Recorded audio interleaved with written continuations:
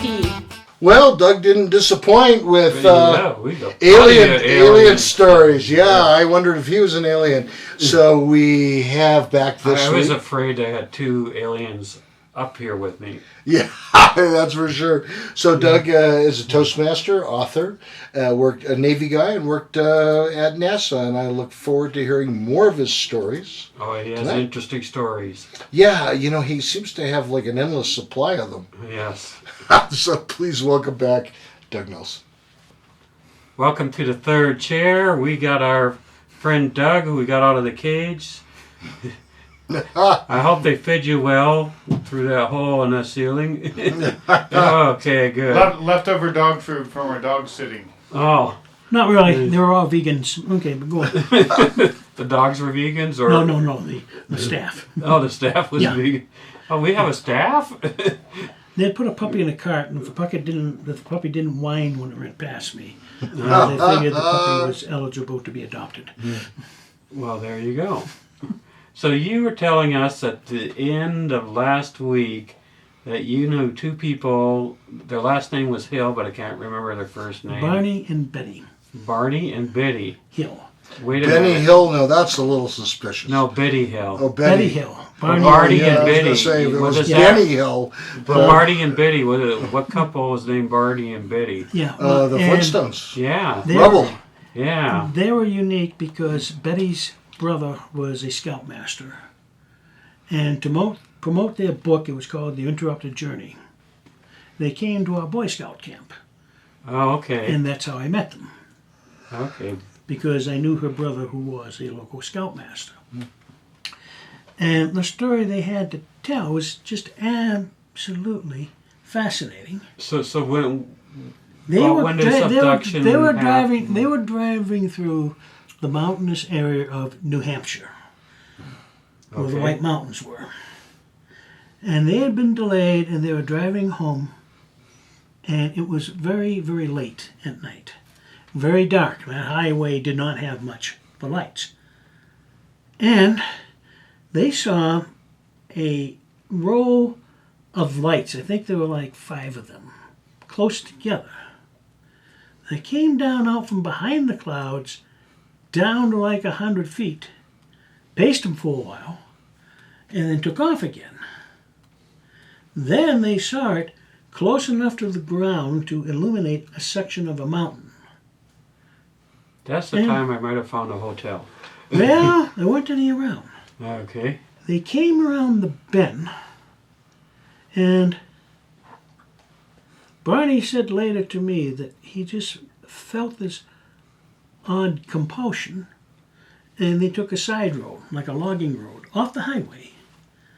They ran around a couple of bends, and there was this object that looked about the size of a fuselage of a small airplane. And there were a bunch of aliens standing around it. And Barney said he felt so helpless because he came to a stop. Both he and his wife got out, and they just started walking towards the craft. Barney said That was brave. Barney said later that he was yammering in his head, but he couldn't do anything. Oh. He just walked. He said, if I had had full control, these aliens were all small. He said about the size of first graders. And he said he could have gone through them like a bowling ball. But he didn't. And they took him to separate compartments, and they ran a whole bunch of tests on him. And Betty tried to snatch one of their manuals because they'd refer to it occasionally. But the captain or the control officer said, you must put that down. And they went back to the car, and the next thing they knew, they were still driving, but suddenly they became aware of themselves and in control.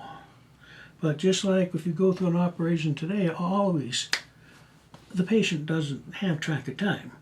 He's just there, and then suddenly he wakes up. Right. And it was the same with them. He was driving, she was sitting next to him, but they came back to themselves. So, Did they know how much time they lost or anything? Well, by looking at the dashboard clock, they had been out of it, I don't know, for something like 2 or 3 hours. Oh, okay. But they had no knowledge of what had happened. It was only when she started having odd, disjointed dreams that she went to a psychiatrist who hypnotized her. Oh. And then she was able to release, as she put it, the internal locks in her brain. And the same with Barney. So that's when I knew this had to be real.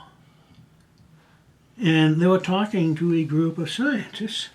And that was one of the amusing parts of the book, because this is a perfectly normal, very average couple.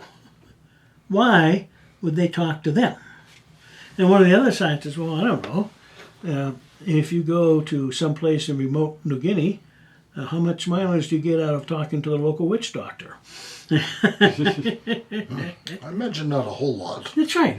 But that was just it. And Barney had told me that they were just there on a routine type of mission. Here was a couple that were available. They're not close to anyone nearby. And they could go down and snatch them, do a quick random study, put them back in the car, and put them back on the road. Who's going to believe them? Yeah, I always find it challenging. What do you do when people you know tell a crazy story like that? It's like, were you Well, if doing you have to magic believe- mushrooms that night? Do you just If they believe them? believe them themselves, why argue? It's difficult. Well, yeah, I can't. You can't prove it or disprove it. Yeah, you can't. So Maybe you have read the book or saw the movie of The Three Faces of Eve. She was entirely schizoid. The Three Faces of Eve. It was, she had multiple Three faces. personalities. Yeah. You're like Joanne Eve in the Woodward. garden. No, this is, the movie was in the 50s, right? Yes. Joanne Woodward. I think it was, but I'm not Yeah, sure. but who is Eve? Why was Eve important? Because Because Eve, she had 3 personalities. yeah, and Oh. Eve in those days was considered to be a standard name for a woman from any background or origin. Oh, okay. Adam and Eve, for example. Oh, yeah. I was just going to say, if you're impugning God by saying that Eve in the garden was... No, this was yeah, this was a person that psychiatrist discovered had 3 personalities, and there was a book written about it, and then they made a movie. I think Joanne Woodward won a Academy Award for it. Something like Well, that. there definitely is multi-personality disorder. Yeah, Definitely people- exists. Yeah, well, Yeah. you can Yeah, make I've the read same the book. case for a lot of politicians, too. Well, yeah, and a lot of killers, yeah. Yeah. But Unfortunately. I read the book Sybil when I was Sybil. in college, and she had supposedly 16 personalities. Yeah, yeah, I exactly. mean, and they talked to her about her childhood, and you can see like Mm-hmm. hiding away and stuff Certain, like that. certain You know, ruptures in your memory stream. Yeah. Yeah, because what her mother did to her was so bad that Sure. Yeah. she went away, and then another personality came out. Well, let me ask something perhaps a little more upbeat. What can be upbeat? Yeah. Besides killers and multiple personality disorders.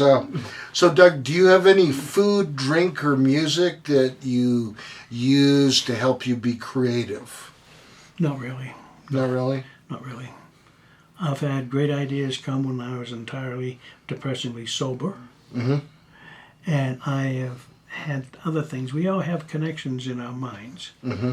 I was very attached and very much in love with a girl, but it didn't work out. Mm-hmm. But certain songs will trigger a whole flow of memories. Mm-hmm. So you don't like dance around in your underwear at home, getting inspiration to write. Well, or maybe he does, you just don't have to tell. You know what? And what happens behind closed doors in his house? I played the That's- fifth. As told about on this show. I played the fifth. But you didn't read the last book that they released after Isaac Asimov died. That's what he used to get his inspiration. Is he got up really at 5 and he danced around in his underwear. So he could Yeah, I write for believe 6 it. hours. Well, Benjamin Franklin was a prolific author, too. He was a And- prolific. And he was a lover. And one very of his- disciplined. He had 2 ver- habits. One was that very often he'd take a fresh air bath. To stand totally naked. In an Outside? in fresh air, no, in an open window. Oh, But the other thing was, he caused a lot of trouble to the staff of wherever he stayed, because he'd stand there in the bedroom with an ordinary compass, and he always insisted on the bed being aligned north and south. Oh, wow. So the staff That were is always moving the interesting. bed around. So he was one of the early practices of what is that called? Feng Shui? Yeah. Feng Shui, I think it's called. Yeah. Yeah. Well, probably never even heard of it, but he knew that magnetism had a flow that created currents around the whole world. But you couldn't dismiss him as a nutcase because he invented the American version of the lightning rod, the Franklin stove, which made him a lot of money, and he also figured the out almanac. that you could use the Gulf Stream as a shipping route. Yeah, well, he also, of course, had a lot to do with American work ethic. Correct. Getting up early, all that. And Yeah, so and we taking will. breaks. Poor Richards. Yes, like taking what we will do right now. That's right. And Yeah. when we come back, you'll see that we've moved the studio to a line north to south. There you go. Or oriented that way. I think But- that is.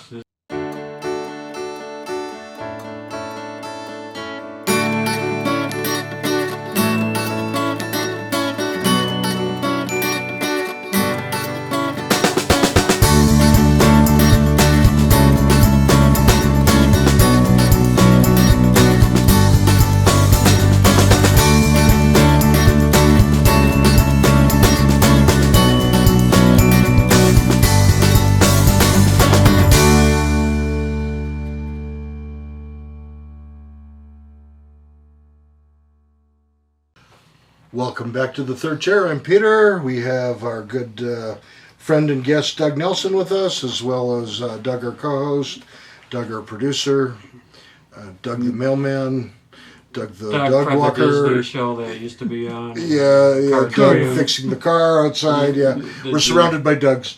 Do you know, what do you call a man with no arms and no legs and a shovel?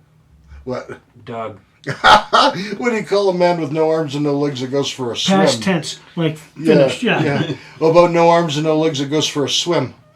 Well, Bob. Bob. well, the thing that's The show is spiraling now. It's spiraling. Ah. But there's Okay. no Bobs on the show. No, that's true. But what about Bob? What about Bob? We had a Bob on the show last year. Yeah, we did. We might even have a Bob in the remainder this year. And we have a very famous emu, almost like an ostrich from New Guinea, and his name is Doug. Oh wow. Well, we yeah, Well, I'm but glad there's a he was going to change his name, but he Doug. put his head in the Well, sand. Okay, let me ask a few questions about this because, Doug, as much as you don't consider yourself an artist, for many years you've written many speeches, you've given many speeches. That sort of puts you in the category like an entertainer, a stand-up comedian, these things, which I consider an artist. And you've written and self-published 2 books. So questions that people frequently have that want to know how people successfully pull this off. One is some people have medical problems, True. whether it's pains, depression, and Well, it happens to all of us. yeah. Have you or what have you learned about creating, writing, producing art when you're dealing with some of those kinds of things? I always keep a notebook handy. Because if you are in pain, it's unfortunate but true. I do not know if you call them the chemical synapses, endorphins, or what. But a lot of times, many people who are in pain actually do experience what I call background visions. Background visions. Yeah. What do you mean by that? You sleep and you dream of doing something unusual that you never have before. And a lot of times you forget them, but many times you wake up in the morning and actually for a second you're disoriented. Where have I been?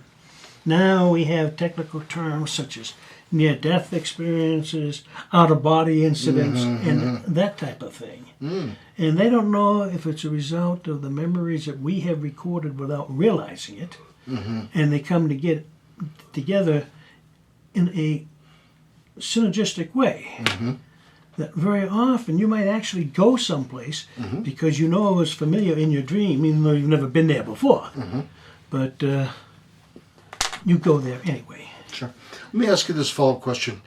How do you find or think about finding a meaningful creative project for yourself? How did you decide They on come your... and they go. The problem is those are usually based on some type of enthusiasm. And sometimes something comes in where you're no longer interested in it. Or you get outside interest or data from a friend. And you realize that what you had in mind really wouldn't work after all. There was a famous scientist who developed a ship that would fire shells filled with dynamite instead of cordite. And they actually built a ship that could fire dynamite shells. The problem was they had to be locked rigidly in one direction, and the ship had to go to a certain range and angle before it could fire. So that idea quickly went down the tubes. It's sunk, huh? Yeah, So, I mean, awash in criticism, as a matter of fact. Yeah, sure. Yeah, that sort of blew up in everyone's face. Okay, how about creative blocks? I mean, you've gone the distance, actually put out 2 self-published books. Were there ever times when you were struggling, words not coming, just not knowing what to do? You keep the notebook you started on right by your bed. And eventually it is just like what I call a form of erosion. You can have a big block of sandstone in the middle of your train of thought, or the currents of your mind, however you want to put it. But that rock is made out of sandstone. It erodes quickly. All you have to do is be nearby, and suddenly that rock is gone. I've heard some people say that you just write, even if it's crap. That's right. You just I put down whatever Yes. 600, 1,000 words. I just saw Neil Gaiman, Yeah. and he said he has a rule that he can, when he sets time for writing, he can either write or do nothing, and he can look out the window when he's doing nothing. But he says after 10 minutes of doing nothing, he starts writing because he's bored. Ah, But he says some days the words just flow, and some days it's like torture to get anything out. That's right. And he says when the book's completed, now this guy's written a lot of Sure. fantasy books, and he says when he gives the book to the editor and is rereading it, he cannot remember what came on the good days and what came on the bad days.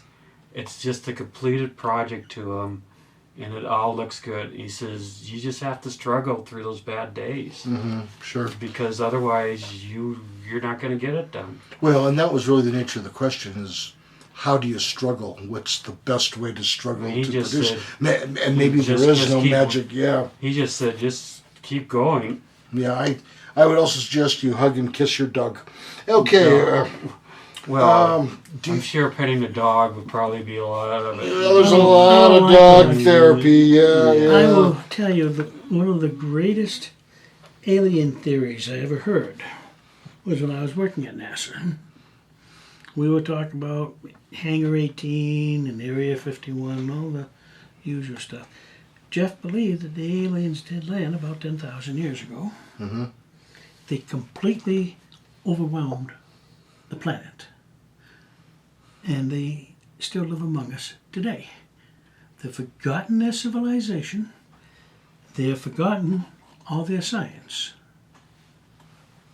But all of us, we still live on as their slaves.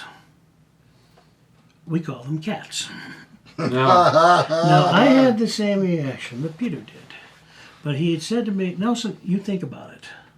Of all the critters we have contact with, they're the ones that don't do anything. They lay around the house all day. They come and go as they please. They get free room and board, free medical. My cats are gathering outside the studio door, and they're going to take you away. As No, soon they're as we're not, done. because I'm not the first one who came up with this concept. And it doesn't make any difference. I mean, I put down food for my cats, and I look at them and I say, I'm on to you. That doesn't make any difference. Mine even have up in the front room of our house their own cups with water in it, and they insist that they get fresh water Yep. twice a day. Yeah. You don't pour a little bit in either. They know if you're trying to Yeah. cheat them. Yeah. And that's how it goes. And he said, give me a better definition of slavery. And I haven't looked at a cat the same way since. But it hasn't changed anything. My theory on aliens is a lot of them are robots. And they're bringing information back. And that's why they will do some probes, but they don't Well, really follow up on it. I have a friend of mine who's an artist, a true artist. He has 5 children. 2 of them are they're 20 now, young girls. And one time when I was visiting, they came to me with this great big book on crop circles. Mm-hmm.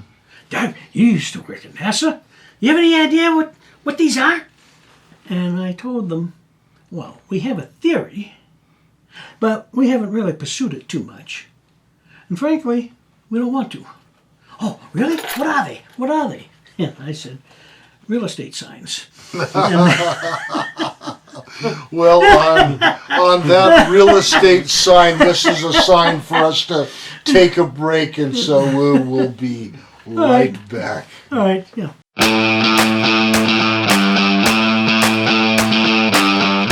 Hi, Peter and Doug here from The Third Chair. We're looking for a win-win situation. We want to keep these videos put up on a weekly basis, and we want to help you succeed with your business adventure.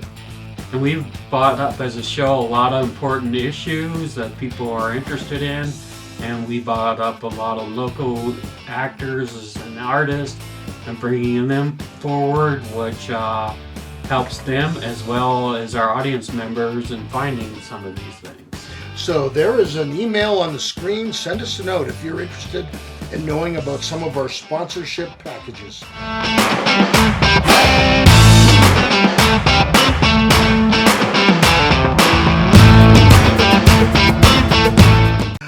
Welcome back to The Third Chair with Doug, and Peter.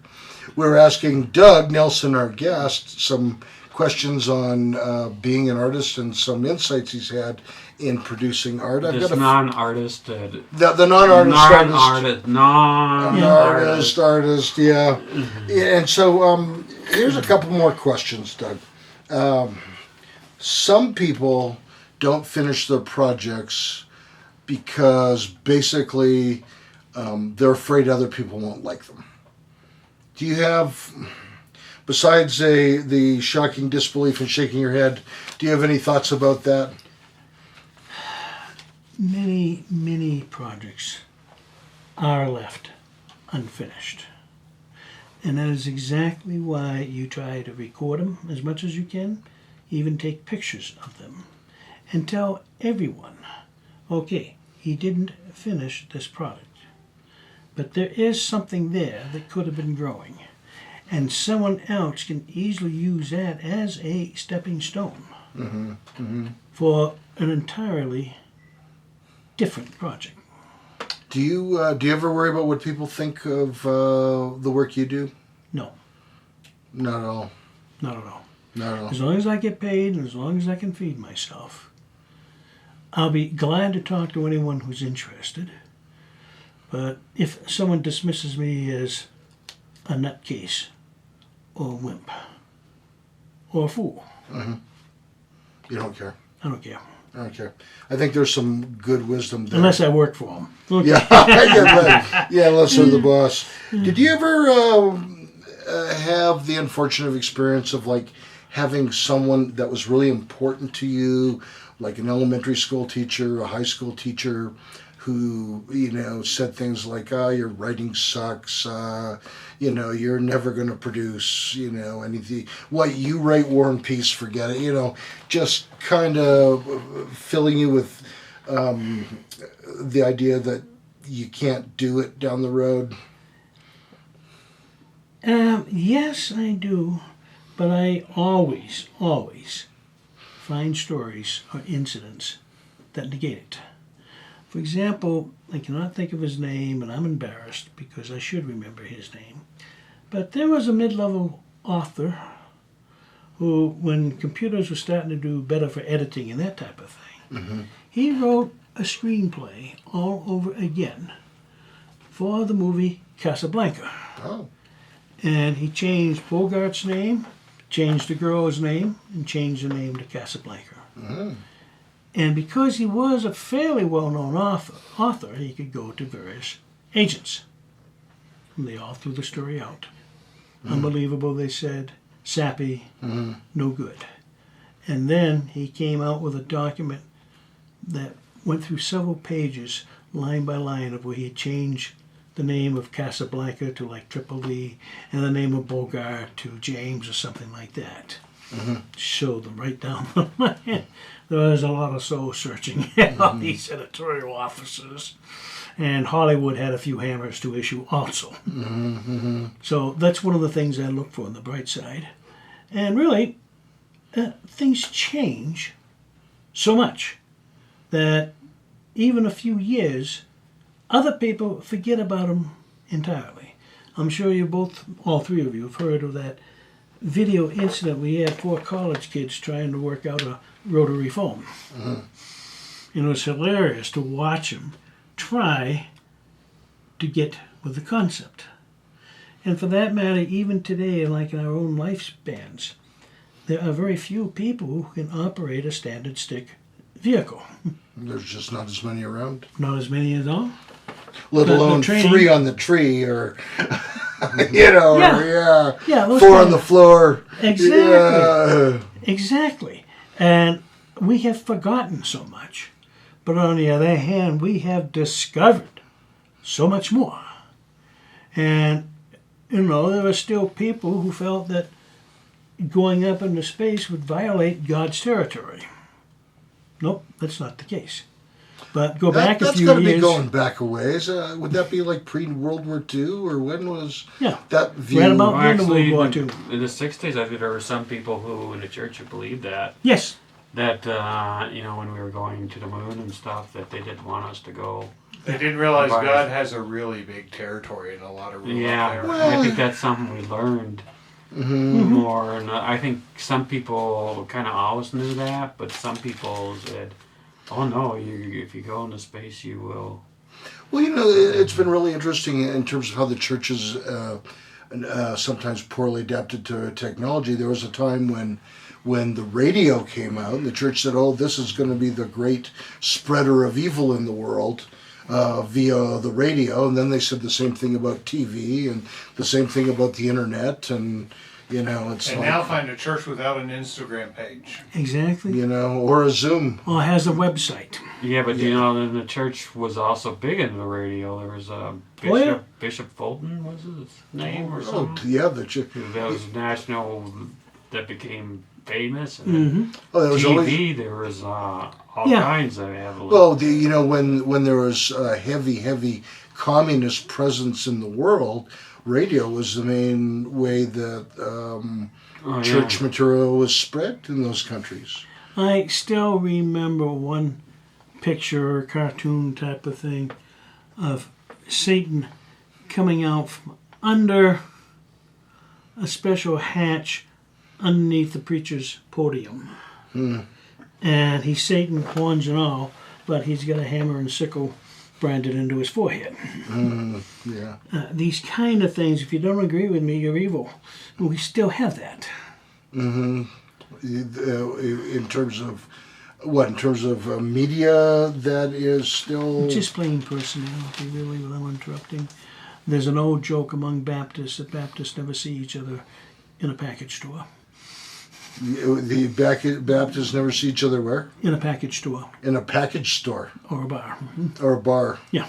Oh, package store is because you can hide the liquor in a package. Yeah. oh, okay. It's like a bag. It's not a Yeah. package. It's usually like a Yeah. brown bag. Yeah. That's what threw me off. It's not a package. But I But mean, that back was in a the slang 80s, they term. were called package store. It wasn't called a liquor store. Yeah. The sign on the outside said package store. You get stories. It was never in Canada. I'm from Canada. It was called a government-controlled liquor store. Yeah, Pennsylvania, Canada, and Utah.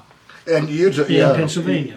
Oh, and Pennsylvania Russia was had one. the vodka for the people to make sure. Oh, the stories. Texas was strange because even when I was there in the 80s, I spent a lot of time in Texas. They had dry counties and they had counties with weird rules, and they have wet counties. And the roads between them were always kept in repair. That reminds me. We have to do an episode sometime on the whole history of like bootlegging in the South. Making moonshine, how that led to the souped-up NASCARs, the whole history. That's fascinating. You know what? Bootlegging just didn't take place in the South. It just got the most famous in the South. You're absolutely right. There's always bootlegging I will make everywhere. you a Doug Nelson prediction for the future because you folks have inspired me. But I predict, based on my time and my experience at NASA, that within 5 years of the first colony we established on the moon, we will have our first still. Well, there we go. There we It go. probably won't take 5 years. I think you're kind of conservative with yes, 5. and at Two Men and Duck Entertainment, we will be running a booking agency and taking your bets. Well, I enjoy, don't get me wrong, I enjoy immensely what I call good stories.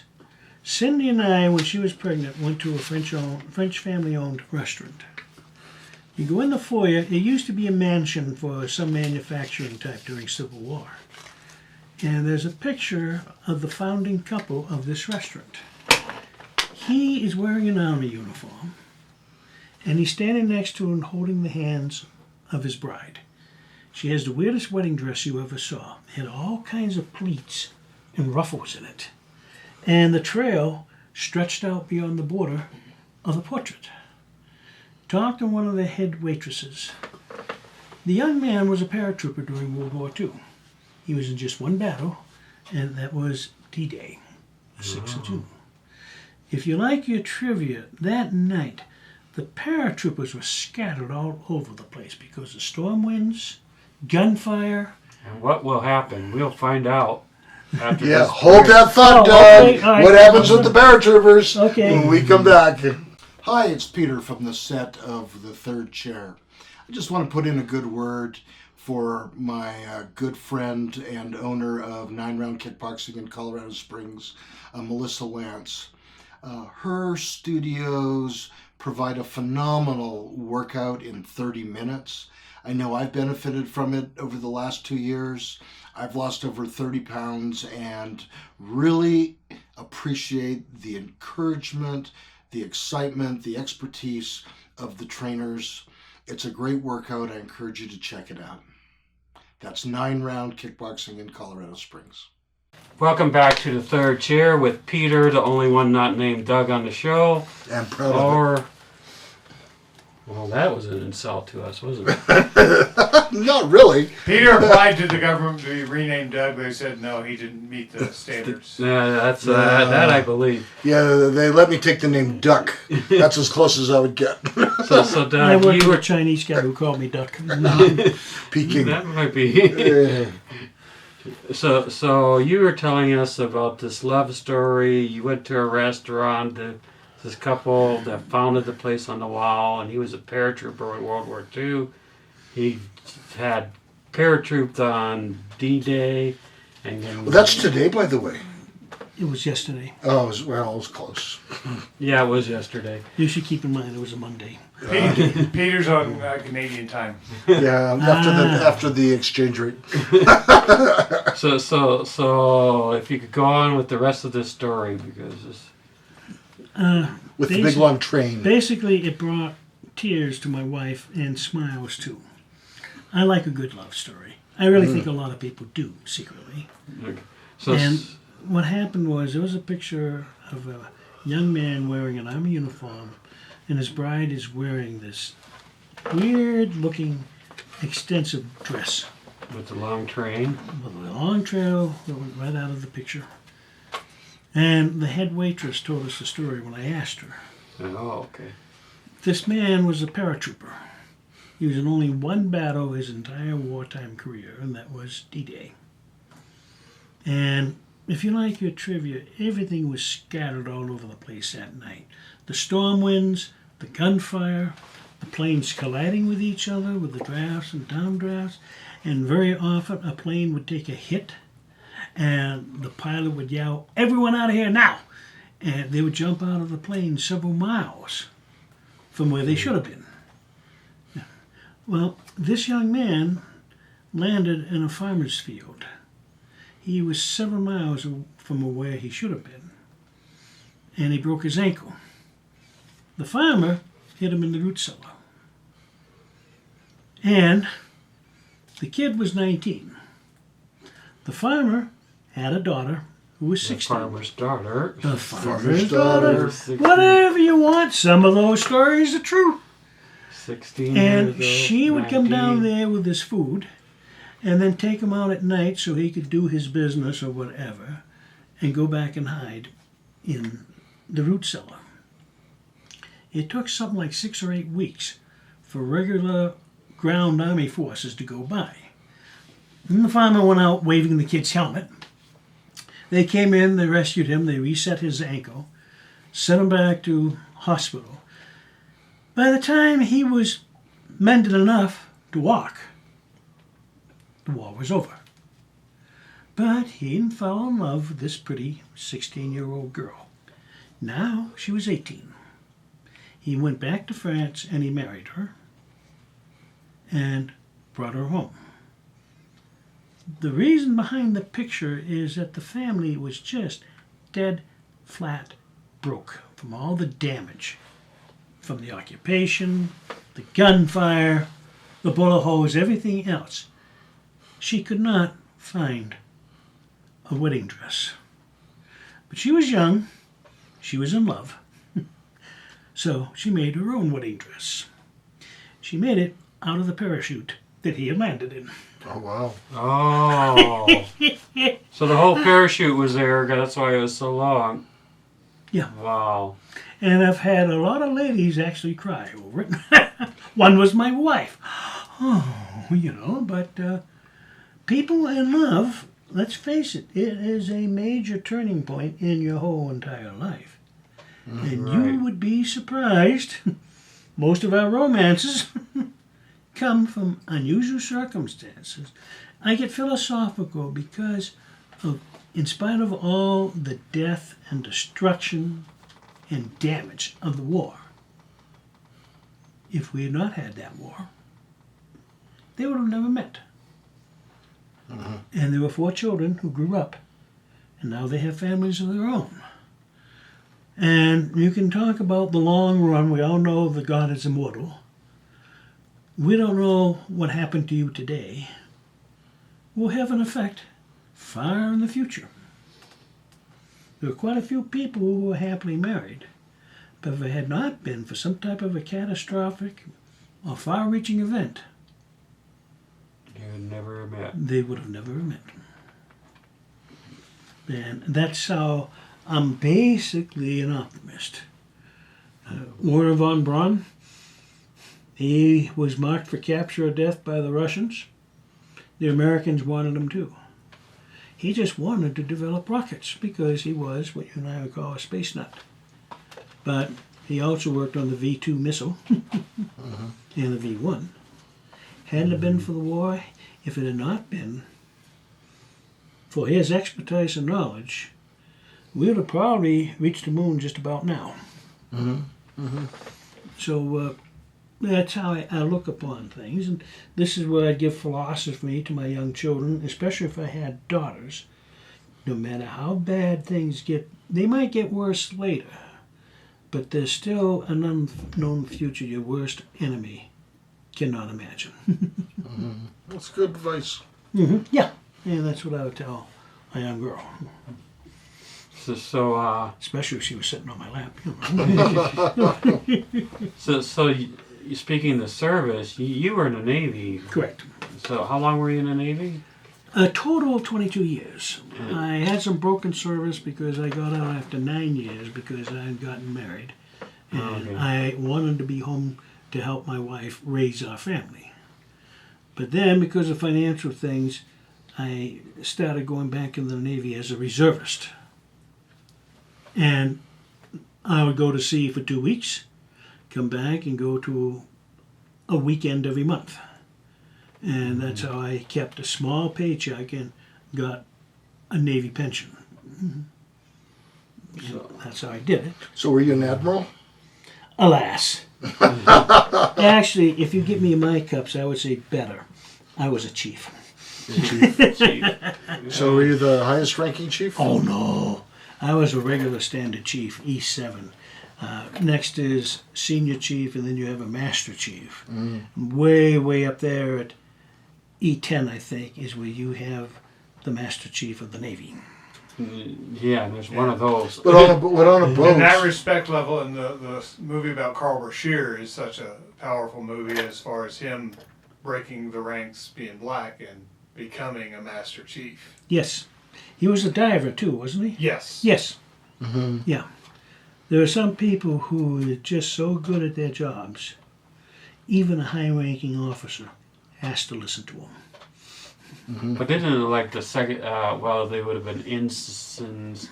Didn't Yeah. they kind of have to listen to you because if they didn't, you could ruin their career or their day or Oh yeah. at least Oh, yeah. I mean at minimum their day and Oh yeah.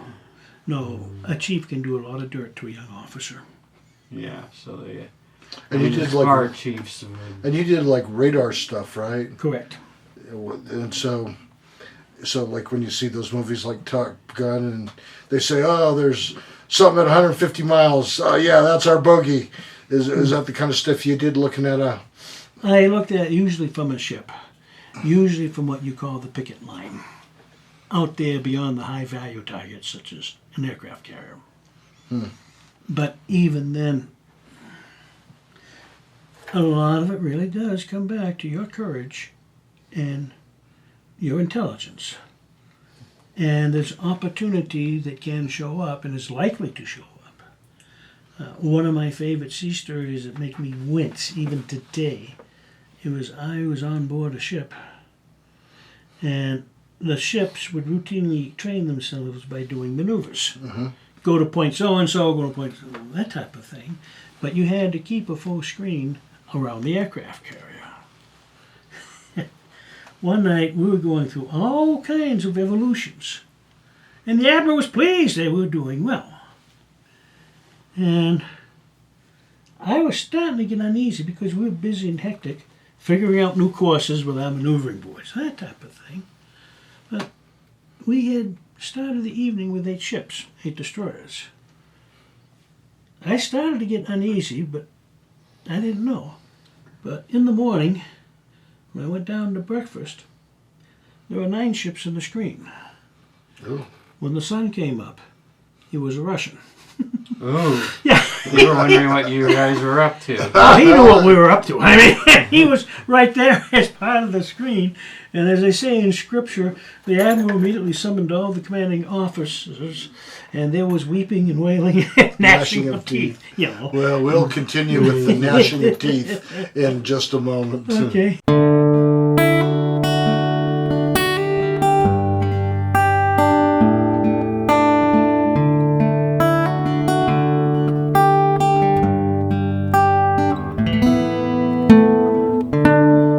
Hi, I'm Peter from Pikes Peak Recovery Coaching, and as you know, I do help people with drug and alcohol recovery issues. I love to help people get better, but I also offer a variety of other services, including regular life coaching services. I've helped several people write and finish a book. I've helped a doctor that was in medical school graduate and then get into a residency.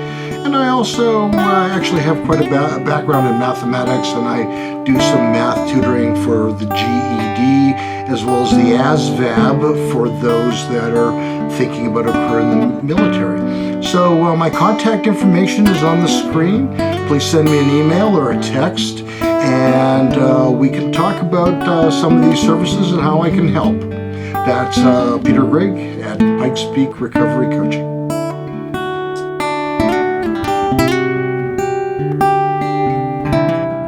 Welcome back to the third chair, where the Doug's outnumbered to Peter's 3-1, and that's the right ratio.